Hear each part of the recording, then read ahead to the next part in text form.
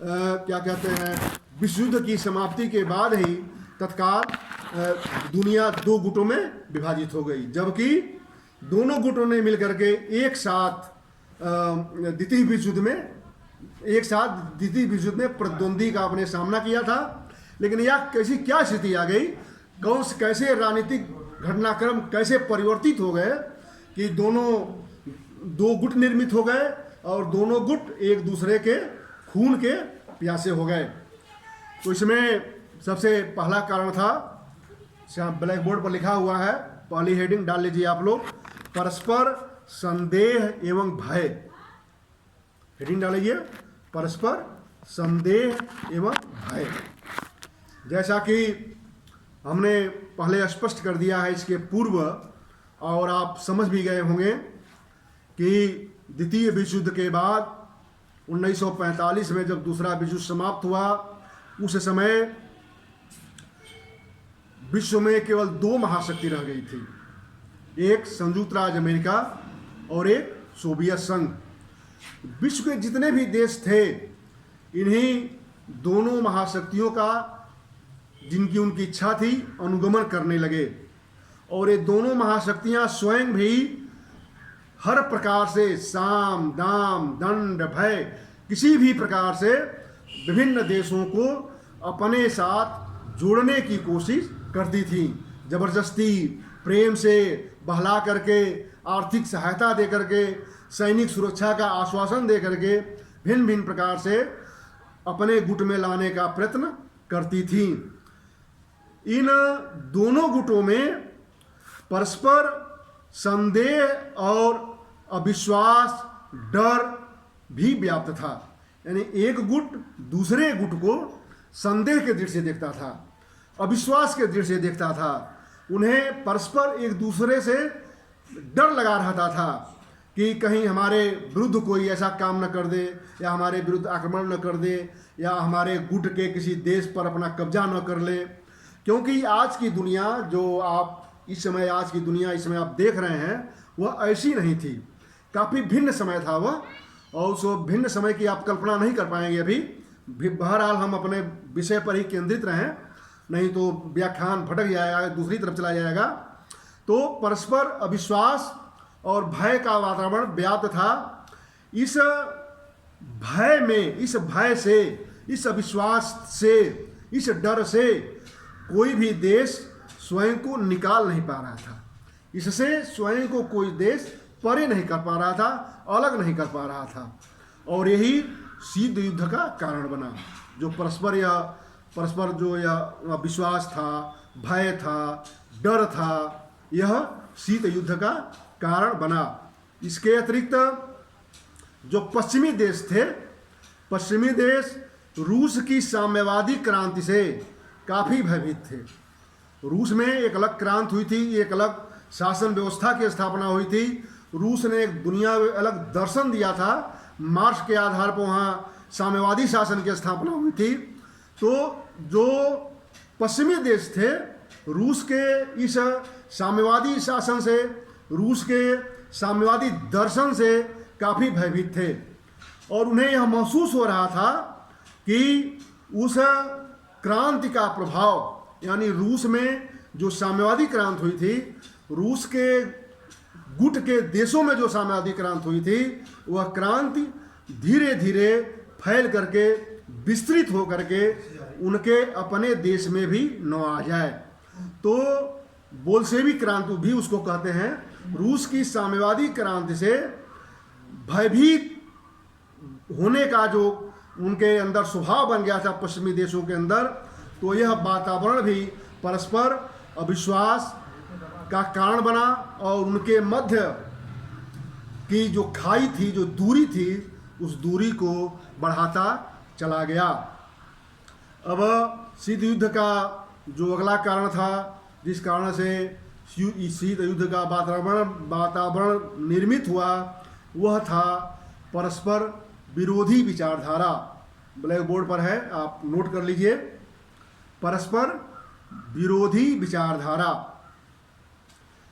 अब इसमें देखिए, जो दोनों महाशक्तियां थीं, दोनों महाशक्तियों के अनुयायी देश यानी वे देश जिसका नेतृत्व ये दोनों महाशक्तियां कर रही थी, दोनों गुटों के बीच परस्पर विरोधी विचारधारा प्रचलित थी।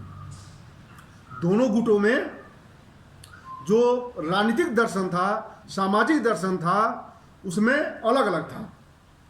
पश्चिमी देश का, जब हम पश्चिमी देश कहते हैं तो पश्चिमी देश का वहाँ तात्पर्य होता है अमेरिका के नेतृत्व में जो देश थे उसका तात्पर्य हम पश्चिमी देश से लगाते हैं। यानी जब भी हम पश्चिमी देश कहें उसका तात्पर्य होगा अमेरिकी गुट।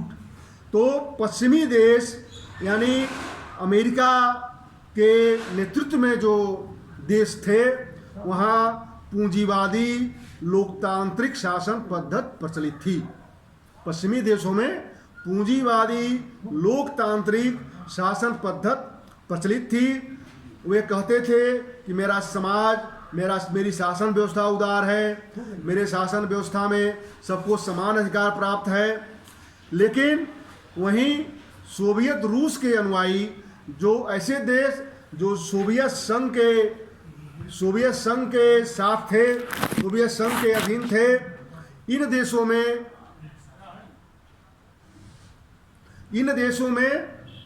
सोवियत संघ के अधीन के देशों में साम्यवादी विचारधारा का प्रचलन था। और दोनों ही गुट, यानी साम्यवादी विचारधारा वाला गुट और पूंजीवादी लोकतांत्रिक विचारधारा वाला गुट, दोनों गुट विश्व के राजनीतिक क्षितिज पर अपनी अपनी प्रभुसत्ता स्थापित करने के लिए प्रयत्नशील थे। दोनों गुट यह चाहते थे कि विश्व में मेरी प्रभुसत्ता स्थापित हो जाए, मेरा गुट शक्तिशाली हो जाए। अब इसी क्रम में जो अगली हेडिंग है, अच्छा, जर्मनी का घटनाक्रम। जब द्वितीय विश्व युद्ध समाप्त हुआ तो विश्व के दोनों गुटों ने मिलकर के जर्मनी का विभाजन कर दिया। जर्मनी दो भागों में विभाजित हो गया, पूर्वी जर्मनी और पश्चिमी जर्मनी। पश्चिमी जर्मनी पर पाश्चात्य देशों, अमेरिका आदि का वर्चस्व हुआ और पूर्वी जर्मनी पर सोवियत संघ का प्रभाव बढ़ा। सोवियत संघ ने जर्मन की राजधानी, यानी जर्मनी की जो राजधानी थी बर्लिन के बीचों बीच, जब बर्लिन को विभाजित करते हुए उसके बीचों बीच एक दीवार बना दी। उस दीवार को हम बर्लिन की दीवार कहते थे। उसने बर्लिन को पूर्वी और पश्चिमी दो भागों में विभाजित कर दिया। इस कारण भी दोनों गुटों में काफ़ी विवाद बढ़ गया। अगली हेडिंग है माल्टा समझौते की अवहेलना। दोनों गुटों में जब द्वितीय विश्व युद्ध समाप्त हुआ तो माल्टा नामक शहर में एक समझौता हुआ। उस माल्टा समझौते की अवहेलना भी दोनों गुटों ने मिलकर के करनी प्रारंभ कर दी थी। शीत युद्ध का यह भी एक मुख्य कारण था। सोवियत संघ माल्टा समझौते को मानने से इनकार कर दिया। सोवियत संघ ने कहा कि हम माल्टा समझौते को स्वीकार करने में असमर्थ हैं। वह एक पोलैंड है, यूरोप में एक देश है। पोलैंड में उसने साम्यवादी शासन स्थापित करने का प्रयत्न करने लगा। सोवियत संघ ने पोलैंड में साम्यवादी शासन स्थापित करने का प्रयत्न करने लगा, जिसका निषेध माल्टा समझौते में किया गया था। माल्टा समझौते में यह व्यवस्था की गई थी कि पोलैंड में साम्यवादी शासन की स्थापना नहीं की जाएगी। अब जो अगला कारण था अणु बम के रहस्यों को गुप्त रखना। अणु बम के रहस्यों को गुप्त रखना एक महत्वपूर्ण कारण शीत युद्ध का था, जो पश्चिमी देशों के द्वारा, यानी पश्चिमी देशों के गुट में जो देश थे, अमेरिका, ब्रिटेन, फ्रांस, इन लोगों ने अणु बम के रहस्यों को सोवियत संघ से छिपा करके रखा था। जबकि दोनों देश हैं, सोवियत संघ भी और यह मित्र देश, यह भी आप एक साथ मिल करके द्वितीय विश्व युद्ध में भाग ले रहे थे, लेकिन इन पश्चिमी देशों ने अणु बम के रहस्यों को सोवियत संघ से छिपा करके रखा। सोवियत संघ को इससे बड़ा आघात लगा, बड़ी ठेस पहुंची उसकी भावनाओं को बड़ी ठेस पहुंची और इसके परिणाम स्वरूप जो दरार उत्पन्न हुई पश्चिमी देशों में और सोवियत संघ में, वह दरार फिर पाटना संभव नहीं थी। अगला आप लोग डाल लीजिए अगली हेडिंग, वीटो पावर का दुरुपयोग। आप जानते हैं संयुक्त राष्ट्र संघ का एक अंग है सुरक्षा परिषद। सुरक्षा परिषद में 5 स्थायी सदस्य हैं। इन 5 स्थायी सदस्यों को वीटो पावर दिया गया है, निषेधाधिकार की शक्ति प्रदान की गई है। किसी भी विषय को यदि कोई भी एक देश, 5 स्थायी सदस्यों में से कोई भी एक देश यदि वीटो का प्रयोग कर देता है तो वह प्रस्ताव वहीं गिर जाएगा। तो दोनों गुटों ने, सोवियत गुट ने और अमेरिकी गुट ने, अपने इस वीटो पावर का अपने राजनीतिक हित में प्रयोग करना प्रारंभ कर दिया।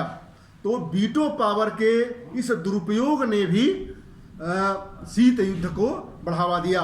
शीत युद्ध को बढ़ावा देने में इस वीटो पावर का भी योगदान था। अगला जो सबसे महत्वपूर्ण बात है इस शीत युद्ध के प्रारंभ होने का, वो अगली हेडिंग है, शांति समझौते पर परस्पर मतभेद।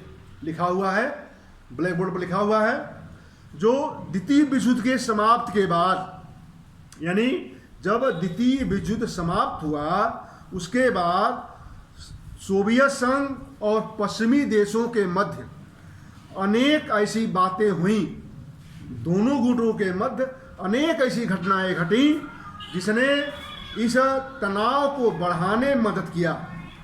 और जो शांति समझौता हुआ था दोनों देशों के बीच, जो शांति समझौता हुआ था, उस शांति समझौते की विषय वस्तु, जो उसका प्रारूप निर्धारित किया गया, उस प्रारूप पर ही दोनों देशों के बीच मतभेद प्रारंभ से ही था। जैसे इटली और यूगोस्लाविया के मध्य सीमा संबंधी विवाद था। उस सीमा संबंधी विवाद के संदर्भ में दोनों गुटों की विचारधारा अलग अलग थी। सोवियत संघ इसके अलावा, यानी इटली और यूगोस्लाविया के बीच जो सीमा विवाद था, इसके अलावा सोवियत संघ लीबिया को अपने संरक्षण में लेना चाहता था और इटली से युद्ध की क्षतिपूर्ति लेना चाहता था। इस बात को भी लेकर दोनों में मतभेद थे। तो बच्चों, शीत युद्ध का यही मुख्य कारण था जिस कारण शीत युद्ध प्रारंभ हुआ था। अब इसके बाद हम अगले चैप्टर में अध्ययन करेंगे। आप होमवर्क नोट कर लीजिए।